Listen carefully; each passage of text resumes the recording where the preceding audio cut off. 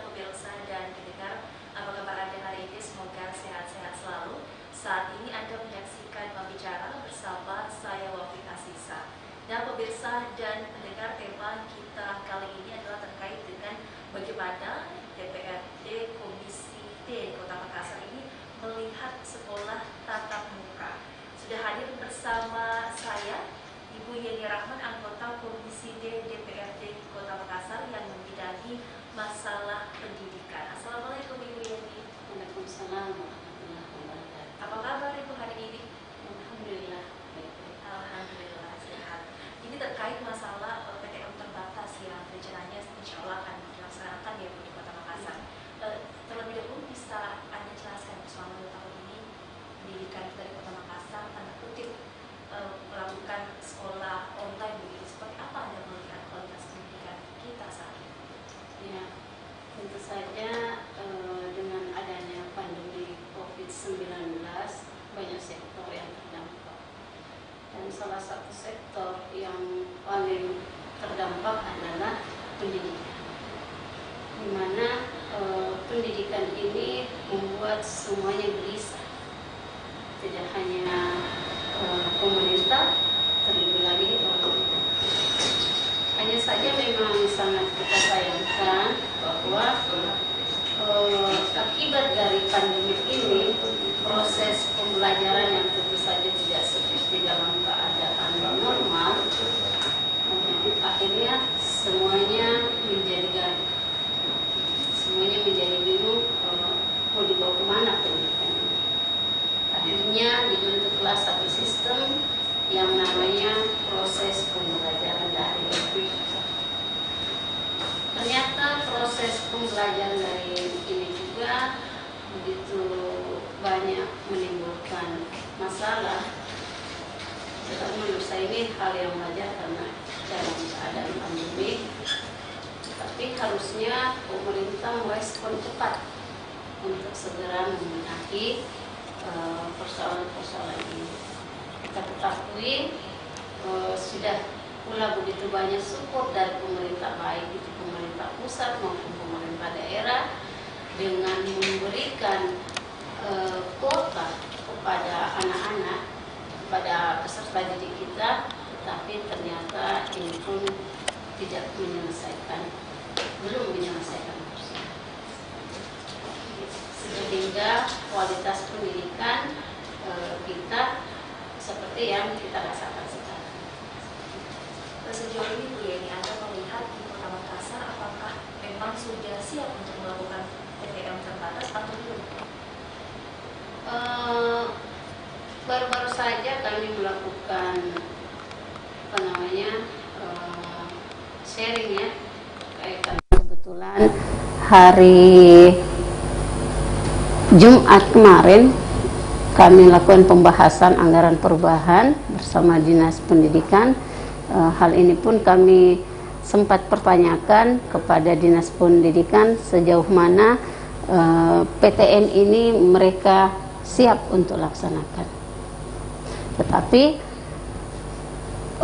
ini belum bisa kita laksanakan karena berbagai pertimbangan yang tentunya kita harus menunggu arahan dari pemerintah kota seperti itu. Ketika mungkin kemudian nantinya Ibu, beberapa bulan kemudian zona sudah mulai menurun dan kita sudah bisa dibilang siap untuk melakukan PTM terbatas, hal apa yang perlu dan harus sama-sama kita perhatikan?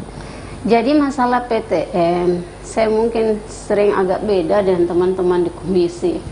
Kalau teman-teman di komisi itu semangat harus segera PTM. Kalau saya tidak seperti itu, kita harus mengkaji dengan baik. Apakah ketika PTM ini kita sudah siap? Itu yang pertama.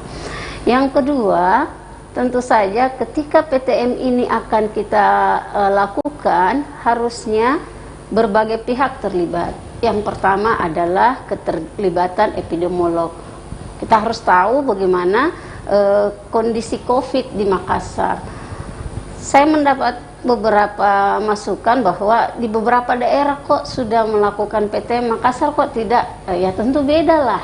Kita ini Makassar kita ketahui adalah pusat ya, pusat mobilitas masyarakat yang tentu saya tidak hanya di orang Makassar itu sendiri, banyak orang dari luar maupun dari daerah. Sementara kalau di daerah memang tentu saja itu lebih sedikit mobilitasnya, jadi lebih mudah terkontrol. Yang kedua, tentu juga kita harus meminta pertimbangan Dinas Kesehatan. Apakah kita bisa untuk melakukan PTM? Karena setahu saya, ketika PTM akan kita lakukan, ini pun harus kita tahu sudah sejauh mana vaksinasi itu dilakukan, sudah seberapa persen vaksinasi untuk Makassar itu dilakukan. Jadi tidak serta-merta karena kegelisahan orang tua sehingga kita kesannya terburu-buru untuk melakukan PTM. Bukan berarti saya tidak setuju PTM, tetapi saya hanya mengingatkan bahwa harus melalui persiapan yang matang PTM itu. Dan yang saya lihat adalah yang harus segera dibenahi oleh pemerintah kota adalah sistem pembelajaran ini. Ya. Kenapa? Kita kembali tadi di pertanyaan-pertanyaan bagaimana kita melihat kondisi pendidikan sekarang. Kondisi pendidikan sekarang ya seperti kita lihat ini karena indikator kecerdasan anak-anak, indikator yang kita berikan hampir sama dengan indikator ketika belum pandemi.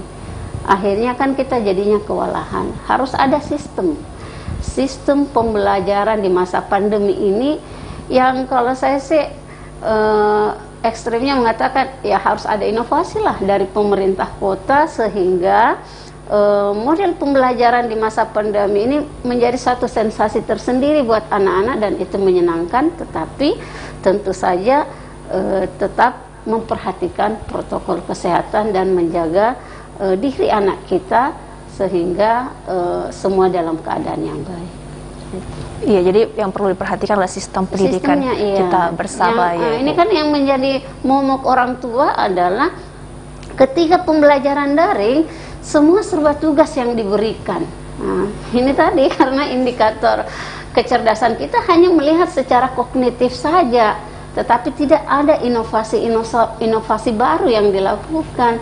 Ya, bayangkan ketika anak SD kelas 1 dijejali dengan pertanyaan yang begitu banyak, begitu belajar yang ada tersisa adalah tugas-tugas. Nah, jadinya semuanya orang berteriak, ayo kita sekolah, ayo kita sekolah. Padahal harus ada yang kita perhatikan. Semua tidak menginginkan keadaan seperti ini. Kita jangan gegabah karena kegelisahan kita tidak memperhatikan keberlangsungan hidup anak kita. Kalau saya lebih stressingnya di situ ya.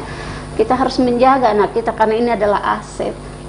Kecerdasan itu bisa terkejar, tetapi keselamatan anak-anak itu jauh lebih penting.